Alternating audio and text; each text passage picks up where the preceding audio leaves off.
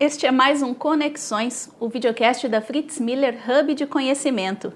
E neste episódio nós vamos falar sobre como a comunicação influencia nas negociações, sobre feedback responsável e liderança situacional.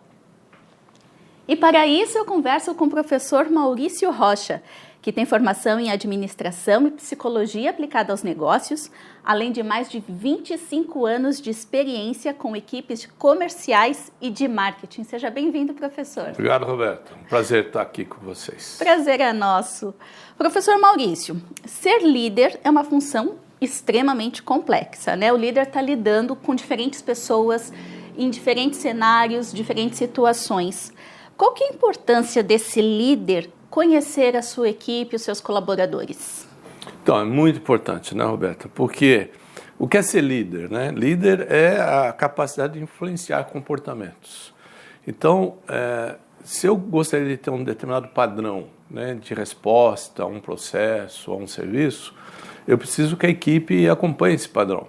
Então, eu preciso saber se a minha equipe, cada um, né, das pessoas que trabalham comigo, são capazes, né, de entregar aquilo que a gente está se propondo.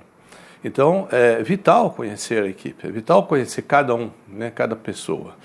E hoje, mais do que nunca, né, nós não podemos só olhar o lado técnico, né? Nós temos que olhar também o lado emocional, né, comportamental da equipe. E isso o líder, então, tem que se especializar, né, tem que entender de gente. Independentemente do tamanho que seja essa equipe. Quanto maior, fica mais difícil, né, para a liderança. O ideal da liderança é ter um time menor para ele poder, essencialmente, atuar, né, com as pessoas. O grande problema é achar que é possível fazer isso sem dedicar tempo, né? Certo. Então fica difícil. Eu preciso dedicar tempo para conversar, para treinar, para entender quais são as fraquezas do time para poder fortalecer, né? Então, se o líder não tiver tempo, ele não pode exercer, né, a função de líder. Então ele tem que delegar para poder ter tempo, para poder fazer essas tarefas, que é do líder. Perfeito. Define para a gente, professor, liderança situacional, o que vem a ser? Então, o professor Hersey e Blanchard, os dois trouxeram essa maneira de trabalhar, né, a liderança de uma maneira mais simples. Certo. E eles criaram, então, a liderança situacional. São professores de Harvard e, na época que eles trouxeram, né, havia, assim, uma certa dificuldade de entendimento, qual o estilo de liderança que eu uso para determinada situação. Por isso vem situacional. Certo. Então, se eu tenho uma pessoa que tem uma maturidade baixa, como é que eu devo atuar com um estilo, né, de liderança? E ao contrário, se tiver uma maturidade alta, qual o estilo que eu devo, né, empreender ali para poder ter o melhor resultado? Mas não é só isso. É muito difícil você pegar uma pessoa dentro do time que esteja perfeitamente adequada a fazer tudo da tarefa. Tem algumas coisas que ela está e tem outras que não. Então, eu preciso identificar em que situação eu preciso treinar, em que situação eu posso compartilhar decisões e que situação eu vou delegar. Então, para isso eu tenho que usar uma ferramenta, eu tenho que usar algo que me ajude. E a liderança situacional, ela veio exatamente para nos ajudar a saber qual é o momento, qual é a situação que eu uso um estilo ou outro estilo de líder. É sobre isso que trata a liderança situacional. E essas ferramentas são ferramentas do dia a dia, são metodologias? Pode falar um pouquinho a respeito disso? Então, é uma ferramenta extremamente simples, né, que a gente vai dizer no nosso curso, né, como é que ela funciona, como fazer o diagnóstico, né, para saber qual o estilo de liderança que eu posso usar naquelas situações e, principalmente, precisa ser praticado, né, então precisa ser treinado. Todos os cursos que a gente dá aqui na Fundação, a gente prima pela prática, né? Então a pessoa tem que sair no dia seguinte sabendo praticar, né? Então nós vamos apresentar essa ferramenta de uma maneira muito simples e que a pessoa possa, né, o líder possa atuar já no dia seguinte. Perfeito. Professor, feedback faz parte do dia a dia corporativo, né? Saber se colocar nessas situações, saber ouvir. Define agora para a gente o que é o feedback responsável. Então, veja bem, responsabilidade, a própria palavra traz capacidade de responder. Então, eu preciso ter a capacidade de dar um feedback e também de receber o feedback. Então, o feedback responsável, ele vai considerar o adulto nessa relação. Então, para isso, nós temos que trazer um pouquinho do conhecimento da análise transacional, estados de ego, o que é estado de ego pai, criança e adulto. E nós vamos tratar disso ali nesse curso, né, de feedback. E existe também diversos tipos, né, de feedbacks. O que a gente que acredita que vai ajudar muito as pessoas que vão participar desse curso é o 4C. Né? É uma maneira de dar um feedback bem adulto e de a gente ter uma resposta adulta do outro lado. Até ia fazer essa pergunta agora, se existem ferramentas e técnicas para atingir esse grau de maturidade de feedback. Sim, e por isso precisa praticar também. Então a gente vai, no nosso curso, praticar o 4C, né? O feedback 4C, que é uma técnica de dar feedback bem legal, bem adulta e responsável. Legal. E como é possível melhorar as habilidades de comunicação no meio corporativo, professor Maurício? Então, nós estamos vindo de uma cultura, Roberta, de 110 anos de comando e controle. Então, quando você traz na sua cultura um passado forte de submissão, é difícil você, de uma hora para outra, ter uma cultura de autonomia. Né? Quando a gente fala em autonomia, que a gente espera que as pessoas tenham proatividade, tomem iniciativa, né? É muito bonito isso, mas eu preciso entender o que é heteronomia.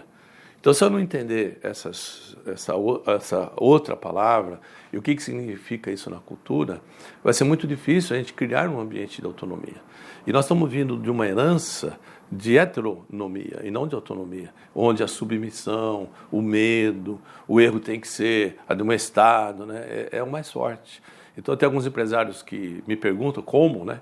Mas eles não criam um ambiente de autonomia. Então, ele não pode ter um resultado de pessoas autônomas. Né? E o mundo está mudando, as mudanças vieram para ficar, né? Mas tem muita gente despreparada, achando que a cultura vai vir assim, de autonomia, sem fazer esforço. Não, temos que fazer esforço, temos que dar o exemplo. Né? Em educação, é muito mais o que eu faço do que eu falo. Né? Então, não adianta nada o líder dizer e não fazer. Né? Então, a gente vai também trabalhar muito nesse aspecto. Perfeito. Professor, ainda continuando a falar sobre relacionamentos, o processo de compra e venda, ele necessariamente é baseado numa relação duradoura ou não? Nós entendemos que também tem níveis, né, de cliente e de relação com o cliente. Né? Tem alguns clientes que você vai vender uma vez só, ou você vai se relacionar uma vez só. Tem outros que vai, né, perpetuar, você vai ter uma relação mais de longo prazo. Então, outra vez é situacional, Roberta. Então, dependendo da situação, eu posso tratar de uma ou de outra maneira. Mas a tendência de uma relação mais duradoura é onde o respeito, né, a confiança, principalmente, prevalece. Então, eu preciso criar um laço de confiança primeiro para aí entrar num campo de colaboração. E para isso, então, também tem técnicas. Né? Então, a gente trabalha em cima de técnicas de como trabalhar a confiança e depois na colaboração. Técnicas de relacionamento eficaz para o alcance de resultados efetivos. Lembrando que eficácia tem a ver com objetivo, né? Eu preciso atingir um objetivo. Às vezes eu sou eficiente, mas não sou eficaz. Então nós precisamos ser eficazes. E para isso eu estabeleço, então, algumas metas, alguns objetivos. E aí é que entra ferramentas de Zopa, Batinas, que a gente usa nos nossos cursos. Perfeito. Explica um pouquinho para a gente, então, a respeito dessas siglas, professor. O que é a Zopa e a Batina? Então, a Zopa é a zona de possível acordo. Toda pessoa que está comprando ou vendendo, né, vai ter uma zona ali, o quanto eu estou disposto a pagar e o quanto eu estou disposto a vender. Né? Essa é a zona, mas dificilmente o comprador ou o vendedor vai dizer. Mas existe. Então, o diálogo, a comunicação ali é que vai poder descobrir qual é essa zona, né? Até quanto eu posso ir e quando, principalmente, eu saio da negociação. Isso é Zopa. O Batina tem a ver com a preparação da negociação. Todo negociador profissional deveria se preparar, né? Então, que argumentos eu vou usar, o que eu vou justificar, se o meu preço, por exemplo, é maior do que a concorrência, por que ele tem que ter uma razão.